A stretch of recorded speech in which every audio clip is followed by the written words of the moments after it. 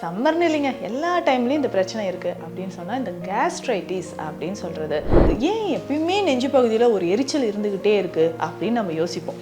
இதில் என்ன ஒரு முக்கியமான விஷயம்னா, முன்னோக்கி குனிறோன்னு வச்சுக்கோங்களேன், அப்போ இன்னும் நமக்கு வலி அதிகமாக சிவியராக தெரிகிற மாதிரி இருக்கும், ஆசிட் ரிஃப்ளெக்ஸ் வர மாதிரியே இருக்கும். இந்த மாதிரியெல்லாம் நமக்கு வலி தெரியும். சாப்பிட்டோன்னே வயிறு உபுசமாக இருக்கிறது, நெஞ்சு எரிச்சல் வர்றது, இந்த மாதிரியெல்லாம் உங்களுக்கு தெரிய ஆரம்பிக்கும். அப்போது இந்த உருண்டையை நீங்கள் சாப்பிட்டுக்கிட்டே வரும்போது நம்ம குடல் பகுதியில் இருக்கக்கூடிய அந்த வலிகளும் ஆசிட் ரிஃப்ளெக்ஸ் உள்ளே இருக்கக்கூடிய புண்கள் நமக்கு நல்லாவே குணமாயிடுங்க. ஹெல்த் கஃபே தமிழ் வியூவர்ஸ் அனைவருக்கும் வணக்கம். நான் டாக்டர் நித்யா, சித்தா ஃபிசிஷியன். இந்த பதிவில் நம்ம என்ன பார்க்க போகிறோம் அப்படின்னா, முக்கியமான ஒரு பதிவுங்க. அதுவும் இந்த சம்மரில் நிறைய பேருக்கு வர ஒரு பிரச்சனை. சம்மர்னு இல்லைங்க, எல்லா டைம்லேயும் இந்த பிரச்சனை இருக்குது அப்படின்னு சொன்னால் இந்த கேஸ்ட்ரைட்டிஸ் அப்படின்னு சொல்கிறது. ஆசிட் ரிஃப்ளெக்ஸ், ஜெர்ட், ஜிஆர்டி அப்படின்னு சொல்கிறோம் இல்லைங்களா. அப்புறம் இன்னும் ஒரு சிலர் எண்டோஸ்கோப்லாம் எடுத்து பார்த்துருப்பீங்க, லாக்ஸ் எல்இஎஸ் அப்படின்னு சொல்லியிருப்பாங்க. இந்த மாதிரி டைஜஷன் சம்மந்தப்பட்ட விஷயங்கள் எதற்காகங்க இந்த நெஞ்செரிச்சல், எதுக்கழுப்பு, வாயு தொந்தரவு இதெல்லாம் ஏன் வருது, ஏன் எப்பயுமே நெஞ்சு பகுதியில் ஒரு எரிச்சல் இருந்துக்கிட்டே இருக்குது அப்படின்னு நம்ம யோசிப்போம். இதில் என்ன ஒரு முக்கியமான விஷயம்னா, இந்த கேஸ்ட்ரைட்டிஸ் வருதுன்னு வச்சுக்கோங்களேன், இது நமக்கு ஒரு மாதிரி ஹார்ட் அட்டாக் சிம்டம்ஸ் மாதிரியே தெரியும். நிறைய பேர் இதில் பயந்துருவோம். அப்போது கேஸ்ட்ரைட்டிஸ் இருந்தால் எந்த மாதிரி இருக்கும், ஹார்ட் அட்டாக் வந்தால் எந்த மாதிரி பெயின் இருக்குன்றது நம்ம தெரிஞ்சுக்கணும். பேசிக்காக இது எல்லாருமே நீங்கள் தெரிஞ்சு வச்சுருக்கணுங்க. இப்போது கேஸ்ட்ரைட்டிஸ் இருக்குது, ஆசிட் ரிஃப்ளெக்ஸ்னால் வர ஒரு பெயின் வருது அப்படின்னு சொன்னால், நம்மளுடைய நெஞ்சு பகுதியோட நடு பகுதியில் ஒரு எரிச்சல் இருக்கும். ஸ்டர்னம் அப்படின்னு சொல்கிற நெஞ்சு எலும்பு, நடு நெஞ்சு பகுதிக்கு பேக் சைடு அப்படியே ஒரு எரிச்சல் இருந்துக்கிட்டே இருக்குங்க.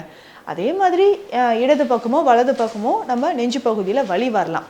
இந்த வலியானது நம்ம நெஞ்சு பகுதியிலிருந்து நம்மளுடைய அதாவது கீழ்த்தாடை வரைக்கும் பரவுறது, இல்லை அடிவயிறு வரைக்கும் இருக்கிறது.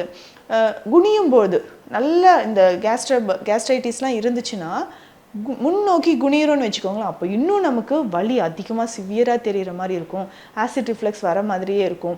இந்த மாதிரியெல்லாம் நமக்கு வலி தெரியும். இப்படி இருந்துச்சுன்னா இது வந்து கேஸ்ட்ரைட்டிஸ், அஜீர்ணம் சம்மந்தப்பட்டு வர்றது அப்படின்னு நம்ம தெரிஞ்சுக்கலாம்.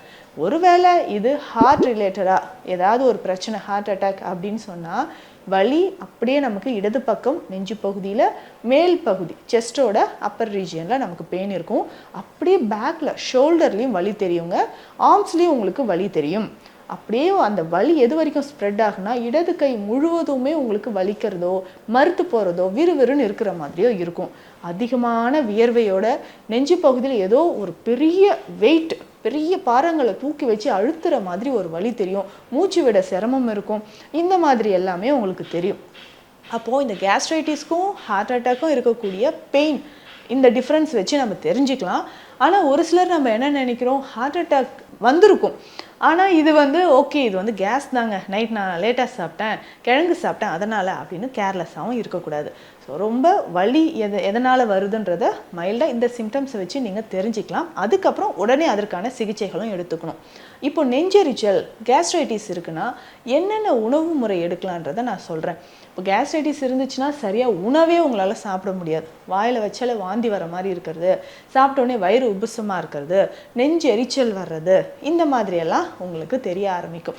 அப்போது இந்த கேஸ்ட்ரைட்டிஸ்னால என்ன நடக்குது, உணவே சரியாக சாப்பிடாதனால உடல் எடை குறைஞ்சிக்கிட்டே வரும், வெயிட் லாஸ் ஆகிறது, மால் நியூட்ரிஷன், அதாவது உடலில் சத்தே இல்லாத மாதிரி ஆகிடும். அதனால் கால்சியமோ இல்லை அயனோ விட்டமின்ஸு இது எல்லாமே குறைபாடு ஏற்பட்டு அதனாலையும் நமக்கு உடலில் நிறைய பிரச்சனைகள் ஏற்படுதுங்க. ஸோ இதை நம்ம ரொம்ப ரொம்ப கேர்ஃபுல்லாக பார்த்துக்கணும். கேஸ்ட்ரைட்டிஸ் இருந்ததுன்னா ஃபஸ்ட்டு நீங்கள் தவிர்க்க வேண்டிய உணவுகள், நிறைய பேர் நீங்கள் என்ன நினச்சிக்கிறீங்கன்னா, சரியாக செரிமானம் ஆகலை, கேஸ்ட்ரைட்டிஸ் இருக்கா, சரி சாப்பாட்டோட கொஞ்சம் சோடா சேர்த்து சாப்பிட்லாம், சோடா குடித்தா நமக்கு நல்ல ஜீரணம் ஆகிடும் அப்படின்னு நினைக்கிறோம். அப்படி கிடையாதுங்க. அது இன்னும் நம்ம உடலில் குடல் பகுதியில் இருக்கக்கூடிய இன்ஃப்ளமேஷனை, அல்சரை இன்னும் அதிகரிக்க தான் செய்யுது. கேஸ் உள்ளே போன உடனே, அந்த கேஸ் இருக்கக்கூடிய அந்த குளிர்பானங்கள் உள்ளே போன உடனே அந்த கேஸ் தான் நமக்கு வெளியில் வருது, ஏப்பமாக வருது. நம்ம என்ன நினச்சிக்கிறோன்னா, ஓகே நல்லா டைஜஷன் ஆகிடுச்சு அப்படின்ட்டு. நாளடைவில் அதில் இருக்கக்கூடிய அதிகமான சுகரும் கேஸும் என்ன பண்ணுது, வயிறு பகுதியில் இருக்கக்கூடிய மியூக்கஸ் லேயரை அது இன்னும் அதிகமாக அரிக்க ஆரம்பித்து அல்சர் ஃபார்ம் ஆகிடுது. கவனமாக பார்த்துக்கோங்க. அதுக்கு அடுத்தது உப்பு, அதிகமான உப்போ புளிப்போ அசைவ உணவுகள் நிறைய சாப்பிட்றது, இது எல்லாமே கண்டிப்பாக அவாய்ட் பண்ணிக்கணும். காரமாக சாப்பிட்றது, லேட் நைட் எண்ணெயில் பொரித்த உணவுகளை எடுப்பது, இது எல்லாமே நம்ம தவிர்த்துக்கணும். ஸோ இந்த மாதிரியான உணவு முறைகளை தவிர்த்துட்டு எதையெல்லாம் நம்ம அதிகமாக சாப்பிட்ணும் அப்படின்னு கேட்டிங்கன்னா, ரொம்ப சிம்பிளாக டெமுல்சன்ட் அப்படின்னு சொல்லுவோம். உள் அழலாற்றி சித்த மருத்துவத்தில் அப்படி தான் சொல்லுவோம். அந்த மாதிரி ஆக்ஷன் இருக்கக்கூடிய உணவுகளை எடுக்கும்போது வயிறு பகுதியில் இருக்கக்கூடிய எரிச்சல், அல்சர், இது எல்லாமே நமக்கு நல்லாவே குணமாயிடுதுங்க. ஸோ இந்த எரிச்சல், அல்சர் குணமாகிறதுக்கு என்னென்ன உணவுகள் நம்ம எடுக்கலாம்? ஸோ முதல்ல நம்ம சாப்பிட வேண்டியது சீரகம்.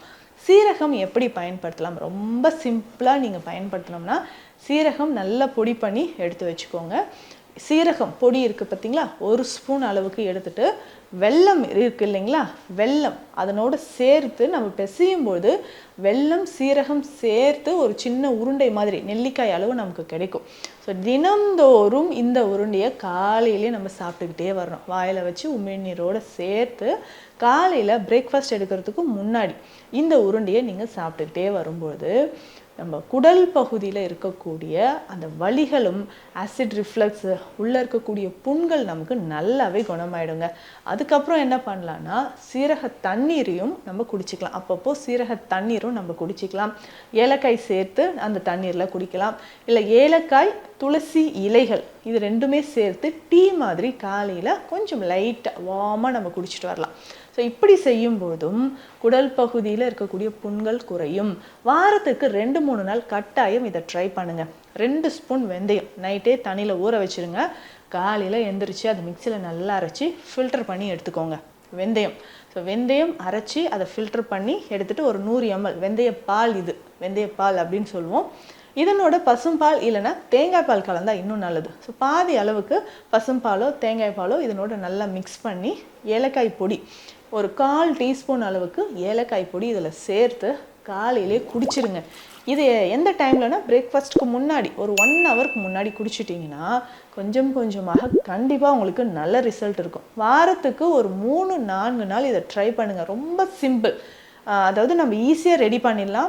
வயிறு சம்மந்தப்பட்ட பிரச்சனைகள், வயிறு எரிச்சல் இருக்குது அப்படின்னா இது ஈஸியாக நமக்கு குணமாக ஆரம்பிச்சிடும். ஸோ வெந்தயத்தை பொறுத்த வரைக்கும் நல்ல குளிர்ச்சி தன்மை இருக்கக்கூடியது.